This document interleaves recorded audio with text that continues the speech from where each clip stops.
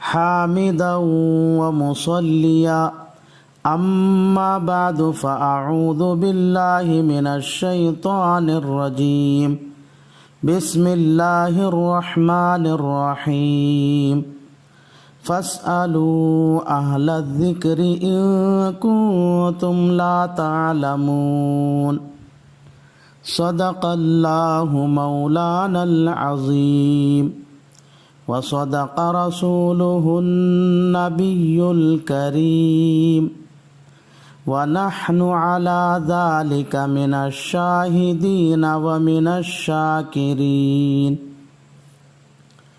یہ مسائل کے مذاکرے کی مجلس ہے۔ اس مجلس میں روزے میں پیش آنے والے مسائل کا مذاکرہ کیا جاتا ہے۔ چنانچہ حسب معمول آج بھی کچھ مسائل کا مذاکرہ کرنا ہے جن کا عنوان وہ کام جن کے کرنے سے روزہ نہیں ٹوٹتا۔ پہلا مسئلہ، کسی آدمی نے روزہ رکھا اور بھول کر کچھ کھا لیا یا پی لیا یا ہم بستری کر لیا تو اس کی وجہ سے روزہ نہیں ٹوٹتا۔ ایسے آدمی کو اپنا روزہ پورا کرنا چاہیے۔ چنانچہ مراقی الفلاح صفحہ نمبر 360 پر لکھا ہے، منہا لو اکلا او شربا او جامع ناسیا لصومی، البتہ روزہ رکھ کر بھول کر کچھ کھایا یا پیا یا ہم بستری کر لیا اور یہ سمجھا کہ میرا روزہ ٹوٹ گیا ہے، پھر اب کچھ کھایا یا پی لیا یا ہم بستری کر لیا تو اب روزہ ٹوٹ جاتا ہے۔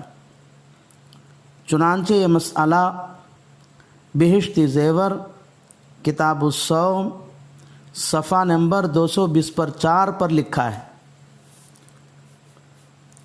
دوسرا مسئلہ، اگر کوئی آدمی روزہ رکھا پھر بھول کر کچھ کھا پی رہا ہے تو دیکھنے والے کو کیا کرنا چاہیے؟ اس سلسلے میں تھوڑی سی تفصیل ہے۔ اگر روزہ رکھ کر بھول سے کھانے پینے والا آدمی طاقتور ہے تو دیکھنے والے کے لیے ضروری ہے کہ وہ کھانے والے کو اس کا روزہ یاد دلائے۔ چنانچہ شامی زکریا جلد نمبر 3 صفحہ نمبر 360 پر 5 پر لکھا ہے، وَلَوْ قَوِيًّا اَيْ لَهُ قُوَّةٌ عَلَىٰ إِتْمَامِ الصَّوْمِ بِلَا ضُعْفٍ۔ اور اگر روزہ رکھ کر بھول سے کھانے والا آدمی اگر کمزور ہے یا بوڑھا ہو گیا ہے تو کھانے والے کو دیکھنے والا روزہ یاد نہ دلانے کی گنجائش ہے۔ چنانچہ شامی زکریا جلد نمبر 3 صفحہ نمبر 360 پر 5 ہی پر لکھا ہے، وَإِذَا كَانَ يَضْعُفُ بِالصَّوْمِ وَلَوْ أَكَلَ يَتَقَوَّى عَلَى سَائِرِ الطَّاعَةِ يَسَعُهُ أَنْ لَا يُخْبِرَهُ۔ تیسرا مسئلہ، اگر کوئی آدمی روزہ رکھا اور روزے کی حالت میں مسواک کیا تو اس کا روزہ نہیں ٹوٹتا۔ چنانچہ عالمگیر جلد نمبر 1 صفحہ نمبر 190 پر 9 پر لکھا ہے، وَلَا بَأْسَ بِالسِّوَاكِ الرَّطْبِ وَالْيَابِسِ فِي الْغَدَاةِ وَالْعَشِيِّ عِنْدَنَا۔ چوتھا مسئلہ، اگر کوئی آدمی روزہ رکھے پھر اس کو کسی وجہ سے خون ٹیسٹ کرانے کی ضرورت پڑ گئی تو خون ٹیسٹ کرا سکتا ہے۔ خون ٹیسٹ کرانے سے روزہ نہیں ٹوٹتا۔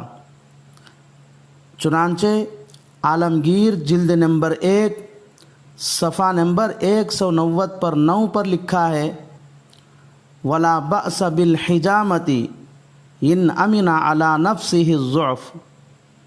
اور یہ مسئلہ قاضی خان جلد نمبر 1 صفحہ نمبر 208 پر بھی لکھا ہے۔